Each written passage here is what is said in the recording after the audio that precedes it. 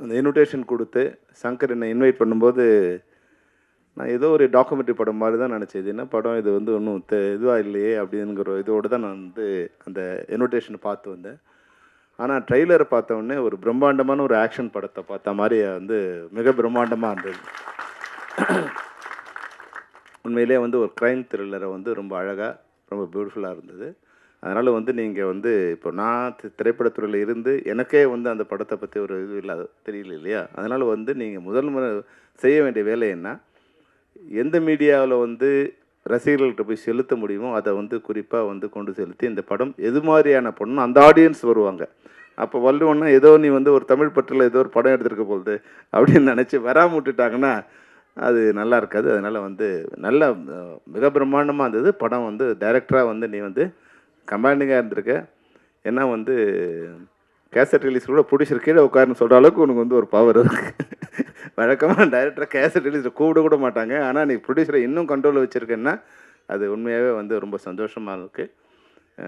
உங்கள் தயாரிப்பாளர் சொன்னது ஒன்றும் தப்பு இல்லை. உண்மையிலே இது போன்ற தயாரிப்பாளர்கள் தான் இன்றைக்கி தமிழ் சினிமாவை வாழ வச்சுக்கிட்டு இருக்காங்க. இதுதான் புதிய தயாரிப்பாளர்கள் தான் இன்றைக்கி தமிழ் சினிமாவை வாழ வைக்கிறவங்க புதிய தயாரிப்பாளர்கள் தான். கடந்த 10 ஆண்டுகளில் வந்து ஏறக்குறைய 2500 திரைப்படங்கள் வந்திருக்கு. இதில் வந்து 2100 பேர் வந்து புதிய திரைப்பட தயாரிப்பாளர்கள். அவங்க தான் எங்களுக்கு சோறு போட்டுக்கிட்டு இருக்காங்க. அவர் சொன்னது வந்து எந்த விதத்துலையும் தப்பு இல்லை. அவங்க வருவாங்க, ஒரு படம் எடுப்பாங்க, போயிடுவாங்க. ஆனால் படத்தோட வெற்றி கிடைச்சதுன்னா அந்த 2100 பேரில் குறைஞ்சபட்சம் வந்து ஒரு 1000 பேர் திரும்பி படம் எடுக்க வருவாங்க. இந்த 2500 பேரில் ஏன்னா நான் 10 வருஷமாக வந்து இந்த போஸ்ட்டில் இருக்கேன், ஒரு பிரசிடெண்ட்டாக இருக்கேன். அதனால் வந்து எனக்கு வந்து ஓவரால் வியூ தெரியுங்கிறதால 2500 ப்ரொடக்ஷன்ஸில் 2100 ப்ரொடியூசர்ஸ் அந்த படத்தோடு போயிட்டாங்க, மறுபடியும் வரல. திரும்பி 2வது படம் எடுக்கிறவங்கிறவங்க வந்து ஒரு 400 பேர் தான் 10 வருஷத்தில். அவங்க தான் திருப்பி 2வது படம் எடுத்திருக்காங்க. அப்போ ஒரு தொழிலோட வளர்ச்சி எப்படி இருக்கும்னா, அதே தொழிலில் வந்து நான் வந்து ஒரு படம் பண்ணுறேன். நான் 1991 நான் வந்து படம் ப்ரொடக்ஷன் பண்ண ஆரம்பித்தேன். 2005 வரைக்கும் தொடர்ந்து ஒரு 16 படம் நான் பண்ணிகிட்டே இருக்கேன். அப்போது என்ன மாதிரி வந்து எப்போ நான் படம் பண்ணிகிட்டே இருப்பேன், தொடர்ந்து அந்த படத்தில் லாபம் வரும்போது இல்லை வந்து என்னால் படம் எடுக்க முடியும் நிலைமை இருந்தால் தான். ஆனால் இன்றைக்கி வந்து அது போல் இல்லை. உண்மையிலே வந்து ராஜா சொன்னார் இல்லையா, நான் போகும்போது 7 பேர் இருந்தாங்க, 12 பேர் இருந்தாங்க. அந்த நிலைமை மாறி திரைப்படங்கள் வந்து மிக பிரமாண்டமான வெற்றி அடையத்துக்கு 3 விஷயம் தான் வேணும். ஒன்று, எல்லாரும் திரைப்படங்களை பார்க்கக்கூடிய ஒரு வசதி இருக்கணும். எந்த ஆடியன்ஸுக்காக படம் பண்ணுறோமோ அந்த ஆடியன்ஸுக்கான படங்கிறத முதல்ல நம்ம தெரிவு பண்ணிடணும். உங்கள் படத்தை பார்க்கும்போது உண்மையிலே ஒரு ஹீரோ ஹீரோயின் ப்ளசண்ட்டாக இருக்காங்க. Chetan, all the best. நீங்களும் வந்து உங்களோட ஸ்மைல் நல்லா இருக்குது, ப்ளசண்ட்டாக இருக்கீங்க. நிச்சயமாக வந்து ஒரு நல்ல ஹீரோ ஹீரோயின் வந்திருக்கு. நீங்கள் சேத்தன் வந்து நம்ம கேஷுவலாக பண்ணுறீங்க. உண்மையாக வந்து பிரம்மாண்டமாக இருந்தது. ஒரு ஃபைட்ஸ்லாம் வந்து ஒரு பியூட்டிஃபுல்லாக, அதாவது வந்து ஒரு ஹேண்ட்ஸமாகவும் இருக்கீங்க, ஒரு ஆக்ஷன் ஹீரோவும் இருக்கீங்க. நிச்சயமாக தமிழ் சினிமாவில் நீங்கள் நல்லா வருவீங்க. தயாரிப்பாளர்கள் வந்து எப்படி இப்போ வந்து நம்ம ஒரு மரம் வைக்கிறோம். அந்த மரம் வச்சும்போது அது தண்ணி ஊற்றி பாதுகாத்து வளர்த்துக்கிறோம். அந்த மரம் வளர்ந்த உடனே மரம் வச்சவனுக்கு அதில் ஒரு நிழல் கொடுக்குற பாக்கியமாவது கிடைக்கும். சில மரங்கள் வந்து காய் காய்க்கும், பழம் வரும், அந்த பழம் எடுத்துக்கலாம். பழமே வராமல் மரங்கள் வந்து நிழலையாவது கொடுக்கும். அதுபோல் இனிமேல் தமிழ் சினிமா இப்போ தினப்ப இருக்கார், உங்களுக்கு ஒரு ஐடியா கொடுக்குறேன். நம்ம இனிமேல் இன்ட்ரொடக்ஷன் பண்ணும்போது வாழ்நாளில் உங்கள் சம்பாத்தியத்தில் 10% உன்னை தயாரிக்கிற தயாரிப்பாளர் கொடுத்துட வேண்டும் அப்படின்னு வந்து ஒரு அக்ரிமெண்ட் போட்டால் எப்படி? இப்போ மியூசிக் டைரக்டர் ஏதோ படம் பண்ணுறாரு, அவங்களுக்கு வந்து ஐபிஆர்எஸில் வந்து கலெக்ட் பண்ணி கொடுத்துட்டே இருக்காங்க, அவங்க வாரிசுகள் கூட வாங்கிட்டே இருக்காங்க. ஆனால் பல கோடி போட்டு படம் எடுக்கிற தயாரிப்பாளர்கள் வந்து இன்றைக்கி பல உயர்ந்த நட்சத்திரங்களை, சூப்பர் ஸ்டார்களை, உலக கதாநாயகர்களை உருவாக்குற தயாரிப்பாளர்கள் வந்து இன்றைக்கி சாப்பாட்டுக்கு வழி இல்லாமல் இருக்காங்க. குறைஞ்சபட்சம் இது மாதிரி ஒரு ரூல் நீங்கள் கொண்டு வந்து வச்சிங்கன்னா 10% வேணாம், ஒரு 5% உன்னை சம்பாத்தியத்தில் 5% உன்னை யார் ஆளாக்குனாங்களோ அவங்களுக்கு வந்து நீங்கள் வந்து கான்ட்ரிபியூஷன் கொடுக்கணும் அப்படிங்கிற ஒரு திட்டத்தை கொண்டு வந்தீங்கன்னா தயாரிப்பாளர் குறைஞ்சபட்சம் நல்லா இருப்பாங்க. ஆனால் இந்த படத்தோட கண்டென்ட் வந்து சொன்னார் வந்து உண்மையான வந்து ஒரு விஷயம் என்னென்னா, இன்னா செய்தாரை ஒருத்தல் அவர் நன்னயம் செய்துவிடும். இது யாருக்கு? நாணம்னா வெக்கம். வெக்கப்படுறவனு தானே நீங்கள் அது மாதிரி பண்ண முடியும். வெக்கப்படுறதுக்கும் தான் நீங்கள் இன்னா செய்யாமல் இருக்கலாம். ஆனால் இன்றைக்கி சூடு சொரணை இல்லாமல், வெக்கம் இல்லாமல் வந்து மனிதர்களாகவே நினைக்காத ஜென்மங்கள் இருக்கும்போது அந்த இன்னா செய்தாருக்கு இன்னா தான் செய்யணும்.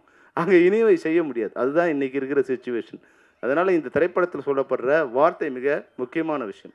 நான் வந்து ஒரு திரைப்படத்துக்காக வந்து சும்மா ஜெயில் எப்படி இருக்குது அப்படிங்கிற ஒரு ஸ்பெஷல் பர்மிஷன் வாங்கிட்டு உள்ளே போய் வந்து பார்த்தேன்.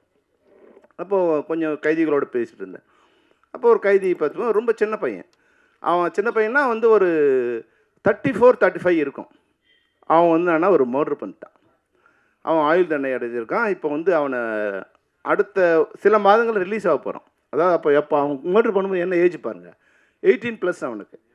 என்னென்னு கேட்டால் அவன் ஃப்ரெண்ட்ஸ் எல்லாம் பேசிட்டே இருந்திருக்காங்க, படிக்கட்டில் நின்று பேசிட்டு இருக்காங்க. கோவம் வந்து இப்படி தள்ளிட்டு இருக்கான்.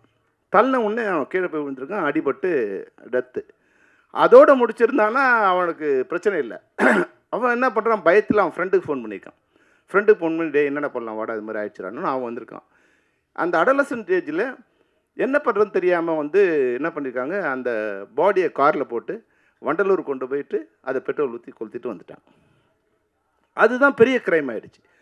அப்போது அவனுக்கு வந்து லைஃப் அந்த நோக்கம் இல்லை, எந்த விதமான இதுவும் இல்லை. இப்போ வந்து அங்கே நாங்கள் போகும்போது அங்கே வெளியே ஹோட்டல் மாதிரி வச்சு அவங்களுக்கு வந்து, ஏன்னா இது மாதிரி நன்னடத்தையோடு இருக்கிற கைதிகளுக்கு அவன் வேறு எந்த தப்பும் பண்ணல. அவனுக்கு 35 இயர்ஸ், அவன் ரிலீஸ் பண்ண போகிறான். அப்போ பேசிகிட்டு இருக்கும்போது சொன்னால், வேறு 2-3 கைதிகளாக இருக்காங்க. அவன் ஒரு விஷயம் சொன்னான், என்னென்னா பிளான் பண்ணி பண்ணியா அப்படின்னு ஒருத்தர் கேட்குறோம். அவன் சொன்னது தான் இன்றைக்கி இந்திய நடப்பு. அவன் சொன்னான், பிளான் பண்ணி பண்ணால் அவன் உள்ளே இருக்க வேண்டிய அவசியம் இல்லை சார்ன்ட்டோம். அப்போது அந்த இது வந்து மிக அழகாக இந்த திரைப்படத்தில் ஒரு கருவாக எடுத்திருக்காங்க. அப்புறம் இன்னொரு விஷயம் என்னென்னா, இன்றைக்கி இருக்கிற சிஸ்டத்தில் பெண்கள் வந்து மிக மிக பாதுகாப்பாக இருக்க வேண்டிய அவசியம் இருக்குது. அதாவது இப்போ வீட்டை விட்டு வெளியே போகலனா கூட இன்றைக்கி நீங்கள் சோஷியல் மீடியாவில் பார்ப்பீங்க, இன்னொருத்தரை பார்க்கும்போது அதை நம்ம என்ஜாய் பண்ணுவோம். இப்போ வந்து ஆர்டிஸ்ட்லாம் வந்து இப்போ எப்படி வாழ போகிறாங்களே தெரியல.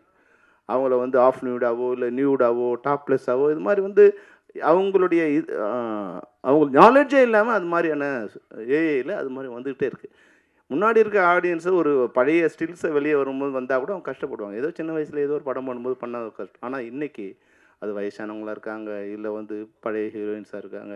அவங்க எல்லாருமே வந்து இன்றைக்கி ஸ்க்ரீனில் வந்து அது மாதிரி சோஷியல் மீடியா பார்க்கும்போது இந்த நாடு எப்படி பாதுகாக்க போகுது, இந்த பொதுமக்களை இந்த பெண்களை எப்படி பாதுகாக்க, இதுக்கு ஒரு என்ன சட்டம் இருக்குது, இதை எப்படி வந்து எல்லாருமே பாதிக்கப்பட போகிறாங்க, இவங்களை எப்படி காப்பாற்ற போகிறாங்க. என்னோடய டாக்டர் இப்போ வந்து ஏஐ படிச்சுட்ருக்கா யூஎஸில். அவள் ஒரு வார்த்தை சொன்னான், டேடி மனித குலத்துக்கு எதிரான ஒரு படிப்பை இப்போ எங்களுக்கு கற்றுக் கொடுத்துட்ருக்காங்க. இதுதான் ஏஐ, இது மனித குலத்துக்கே எதிரான ஒரு விஷயம், இதை வந்து எங்களுக்கு கற்றுக் கொடுத்துட்ருக்காங்க அப்படின்னு. அப்போது ஆர்டிஃபிஷியல் இன்டெலிஜென்ஸுங்கிறது வந்து அவ்வளோ மோசமாக இருக்குது. அப்போது இது போன்ற குற்றங்கள் வந்து இனிமேல் வர ஆரம்பிக்கும். நம்மளுடைய பெண் குழந்தைகளை சோஷியல் மீடியாவில் வந்து அவங்களோட ஃபோட்டோஸ் அது வெளியே கொடுக்கும்போதோ இல்லை சாதாரணமாக வெளியே கொடுக்கும்போதோ நம்ம ரொம்ப கேர்ஃபுல்லாக இருக்க வேண்டிய அவசியம் இருக்குது. இன்னொன்று, இது போல் ஊடகங்களில் இல்லை எது ஒன்றாலும் பேசலாங்க நிலைமையில் இருந்து பொதுமக்களும் தங்களையும் பாதுகாக்க நிச்சயமாக இது போன்று பாதிக்கப்பட்டவங்க இது மாதிரி வந்து ஒரு கட்டத்தில் வந்து ரிவர்ஸ் ஆவாங்க. அன்னைக்கு வந்து நாடு வந்து வன்முறையை நோக்கி தள்ளப்படும். எல்லார் கையிலையும் கத்தி இருக்கும்.